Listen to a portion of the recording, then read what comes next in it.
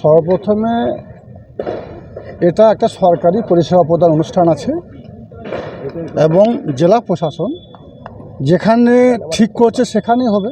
সিউড়ি হোক, এটা বীরভূম জেলার মধ্যেই একটা অংশ সিউড়ি, আর এখানে প্রশাসনিক সব কর্তা ব্যক্তিরা আছেন। আর বীরভূম জেলার প্রাণকেন্দ্র হচ্ছে সিউড়ি, সবও তো এখানে করেছে, ভালোই করেছে। অনুব্রতহীন বীরভূম লোকসভা নির্বাচন সামনে। অনুব্রতহীন বীরভূম তিস্তর গ্রাম পঞ্চায়েত নির্বাচনে অনুব্রত মণ্ডল মহাশয় ছিলেন না, ওনাকে মিথ্যা মামলায় জেলে আবদ্ধ করে রাখা হয়েছে। কিন্তু আমাদের সৌভাগ্যের বিষয়, আমাদের বীরভূম জেলার দায়িত্বে স্বয়ং মুখ্যমন্ত্রী নিজে আছেন, দলনেত্রী মমতা বন্দ্যোপাধ্যায় স্বয়ং আছেন। সর্বতই আমাদের কাছে এটা কোনো ব্যাপার নয় কে আছে কে নাই, স্বয়ং মুখ্যমন্ত্রী নিজে আছেন। সর্বতই বীরভূম জেলার যে দুটো লোকসভা কেন্দ্র আছে দুটোতেই তৃণমূল কংগ্রেস বিপুল ভোটে জয়যুক্ত হবে। আজ নানুরের একটি ভাইরাল ভিডিও সামনে এসেছে এবং সেখানে অনুব্রত মণ্ডলকে কার্যত নাম না করে হনুমানের সাথে তুলনা করা হচ্ছে।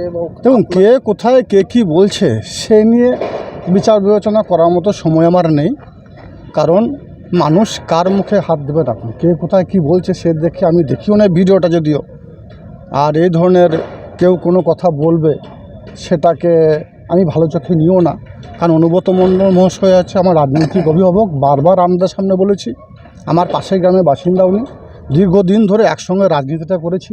উনি আমার অভিভাবকের মতো। বীরভূম জেলা পিছিয়ে পড়া বীরভূম জেলাকে যিনি এগিয়ে নিয়ে গেছেন তিনি অনুব্রত মণ্ডল মহাশয় নিয়ে গেছেন। তিস্তর গ্রাম পঞ্চায়েত নির্বাচনে আমরা যা লড়াই করেছি টিম অনুব্রতই লড়াই করেছে।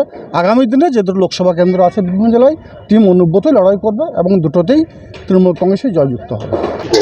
এখন কে কি বলছে সেই নিয়ে আমাদের রুচিকে বাঁধে অত এই ধরনের কথাগুলো বলা উচিত নয়। কাজল আমার দলের লোক, অনুব্রত মণ্ডল আমার দলের বীরভূমের উন্নয়নের কাণ্ডারি। সুতরাং যে বলছে প্রশাসন তার তরফ থেকে ব্যবস্থা নিচ্ছে, সেটা ঠিক সময় হবে। এখন দেখিনি, আমি তো দেখিনি এখন। সুতরাং আপনারা বলছেন, তার উপরে ভিত্তি করে এটুকু বলি, কুরুচিকর কথাবার্তা না বলাই ভালো।